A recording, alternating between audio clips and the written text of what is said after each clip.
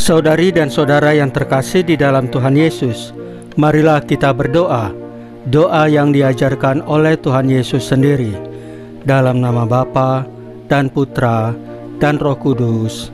Amin.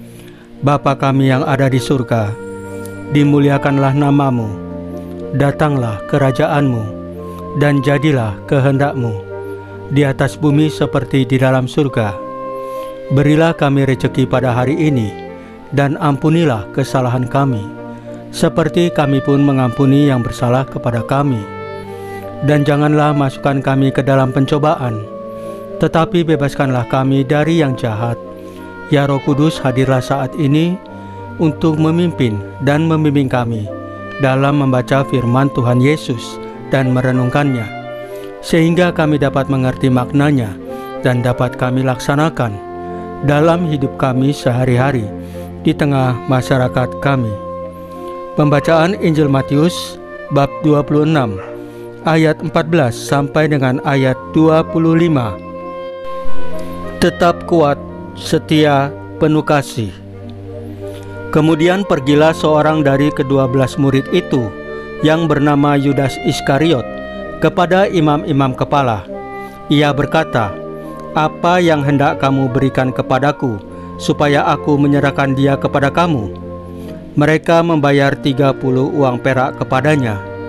Dan mulai saat itu ia mencari kesempatan yang baik untuk menyerahkan Yesus. Pada hari pertama dari hari raya roti tidak beragi, datanglah murid-murid Yesus kepadanya dan berkata, "Di mana engkau kehendaki kami mempersiapkan perjamuan Paskah bagimu?" Jawab Yesus, "Pergilah ke kota kepada si Anu, dan katakan kepadanya, pesan guru, waktuku hampir tiba. Di dalam rumahmu lah aku mau merayakan Paskah bersama-sama dengan murid-muridku."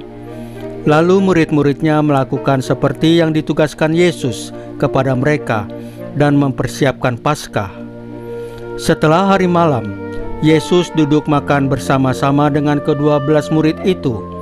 Dan ketika mereka sedang makan, ia berkata, "Aku berkata kepadamu, sesungguhnya seorang di antara kamu akan menyerahkan aku."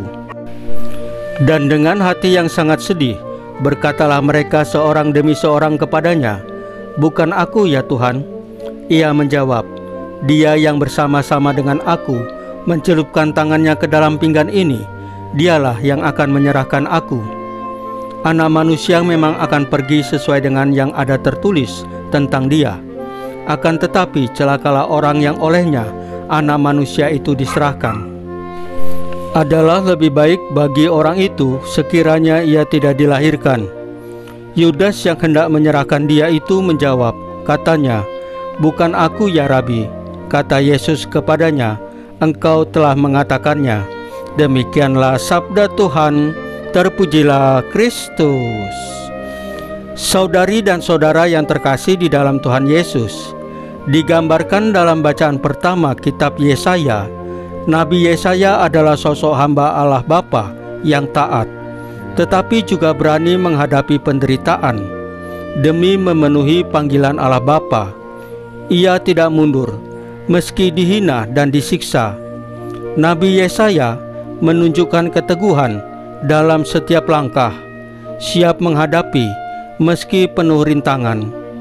Nabi Yesaya memanggil kita untuk bertanya, apakah kita siap mengikuti panggilan Allah Bapa meskipun ada pengkhianatan dan penderitaan yang menanti?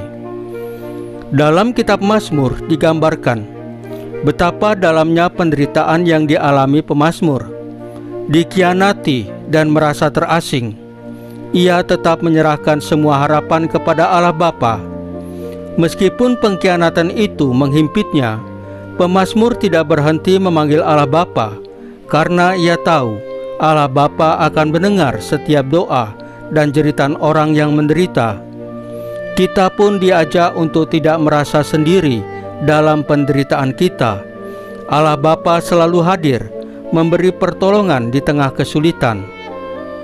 Dalam Injil Matius hari ini, kita menyaksikan pengkhianatan Yudas Iskariot, seorang murid yang dekat dengan Tuhan Yesus, malah berkhianat dan menyerahkannya kepada para pemimpin agama.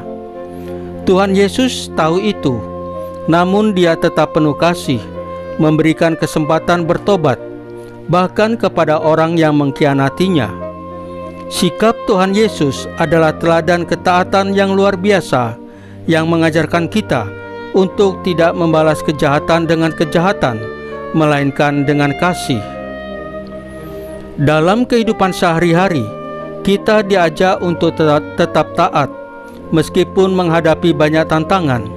Setiap hari, kita dihadapkan pada pilihan untuk mengikuti kehendak Tuhan Yesus, meskipun jalan itu tidak selalu mudah.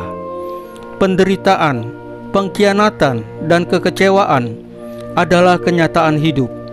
Namun kita juga diajak untuk mengampuni, bukan karena orang lain layak diampuni, tetapi karena kita ingin meneladani kasih Tuhan Yesus. Setiap hari adalah kesempatan untuk memperbaharui niat kita untuk hidup sesuai dengan kehendak Tuhan Yesus. Meskipun tidak mudah, Tuhan Yesus selalu memberikan kekuatan kepada kita untuk menjalani setiap langkah hidup kita dengan iman dan kasih. Saudari dan saudara yang terkasih di dalam Tuhan Yesus, marilah kita berdoa.